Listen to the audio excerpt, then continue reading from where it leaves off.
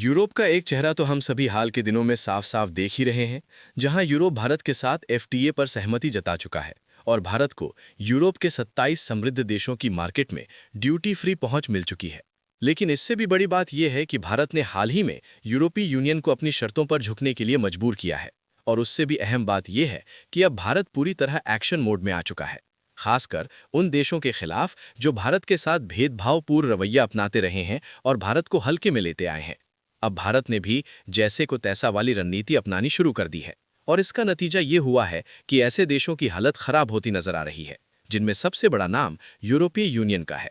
यूरोपीय यूनियन में दुनिया के 27 सबसे अमीर देश शामिल हैं और ये देश भारत की आज़ादी के बाद से ही भारत के प्रति दोहरे मापदंड अपनाते आए हैं। जैसे जैसे भारत ने बीते कुछ वर्षों में आर्थिक तरक्की की रफ्तार पकड़ी, वैसे वैसे इन देशों की तिरछी नज़र भारत पर टिक गई। भारत की कंपनियां इनके सीधे निशाने पर रही हैं। भारतीय उत्पादों पर अतिरिक्त ड्यूटी लगाई जाती रही है। कभी छोटे छोटे तकनीकी बहाने बनाकर प्रोडक्ट्स को रिजेक्ट कर दिया जाता है, तो कभी उन पर भारी टैक्स थोप दिया जाता है। इसका सीधा नुकसान भारतीय कंपनियों को उठाना पड़ता है, क्योंकि यूरोपीय बाजार में अपने प्रोडक्ट्स बेचना उनके लिए मुश्किल हो जाता है। हालांकि फ्री ट्रेड एग्रीमेंट के बाद यूरोपीय देश भारतीय प्रोडक्ट्स पर खुलकर एक्स्ट्रा ड्यूटी नहीं लगा पाएंगे, लेकिन कमियां निकालने वाली समस्या अभी पूरी तरह खत्म नहीं हुई है और इसी वजह से अब भारत ने भी सख्त रुख अपना लिया है और वही रणनीति यूरोप पर लागू कर दी है। दरअसल हाल ही में खबर सामने आई है कि भारत ने यूरोपीय यूनियन से आने वाले करीब 10,500 से ज़्यादा आइटम्स को वापस लौटा दिया है। इस फैसले से यूरोपीय देशों में हड़कंप मच गया है। आखिर पूरा मामला क्या है, पूरी जानकारी इस वीडियो में समझते हैं। लेकिन आगे बढ़ने से पहले अगर आप चाहते हैं कि भारत ऐसे ही मजबूत फैसले लेता रहे, तो वीडियो को लाइक करें और चैनल को सब्सक्राइब जरूर करें। इसमें कोई शक नहीं है कि भारत और यूरोपीय यूनियन के बीच व्यापारिक संबंध लगातार मजबूत हो रहे हैं। दोनों के बीच आयात निर्यात पहले के मुकाबले काफी बढ़ चुका है। लेकिन जैसे जैसे भारत आर्थिक रूप से और मजबूत होता जा रहा है, वैसे वैसे कई देशों को ये तरक्की खलने लगी है। यही कारण है कि कुछ देश भारत की प्रगति में बाधा डालने की कोशिश करते रहते हैं और इस लिस्ट में यूरोपीय यूनियन का नाम भी ऊपर आता है। हालांकि ये भी सच है कि यूरोप के सभी देश भारत की तरक्की के खिलाफ नहीं है, लेकिन यूरोपीय यूनियन के भीतर मौजूद कई देश ऐसे हैं जो भारत को आगे बढ़ते नहीं देखना चाहते। लेकिन इस बार भारत ने ऐसा करारा जवाब दिया है जिसे यूरोपीय कंपनियां लंबे समय तक याद रखेंगी।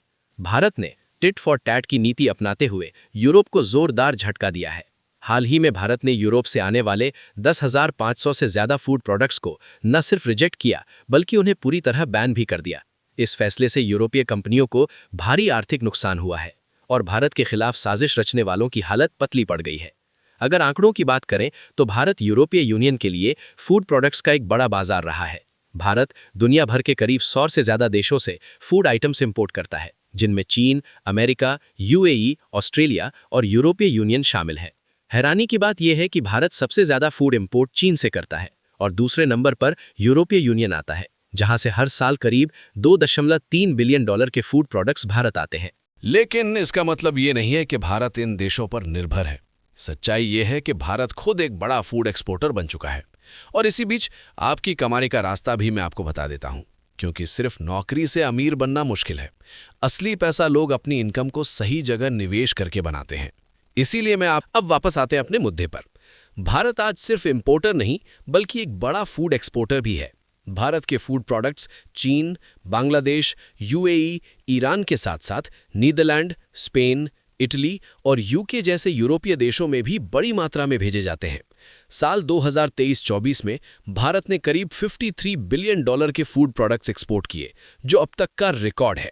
लेकिन यही तेजी यूरोपीय यूनियन के कई देशों को चुभ रही है। इसलिए भारतीय प्रोडक्ट्स में कमियां निकालकर उन्हें रोका जाता है या भारी टैक्स लगाया जाता है। 1 साल पहले यूरोपीय यूनियन ने भारत के मसालों और कई फूड आइटम्स पर बैन लगाया था, लेकिन असल में ये फैसला यूरोप के लिए ही उल्टा पड़ गया। भारत ने तुरंत अपने इंपोर्ट नियमों को और सख्त कर दिया। नतीजा ये हुआ कि पिछले 2 वित्तीय वर्षों में करीब 10,500 फूड आइटम्स भारत ने वापस भेज दिए। अब हालात ऐसे हैं कि यूरोपीय कंपनियां दोबारा भारत में एंट्री पाने के लिए यूरोपीय यूनियन से गुहार लगा रही हैं। भारत ने साफ कह दिया है, पहले भेदभाव खत्म करो, फिर बात होगी। एफटीए के बाद भले ही बाजार खुले हों, लेकिन भारत ने यह भी साफ कर दिया है कि अगर भेदभाव जारी रहा तो सख्त कदम उठाए जाएंगे, खासकर कृषि, टेक्सटाइल, स्टील, फार्मा और केमिकल सेक्टर में।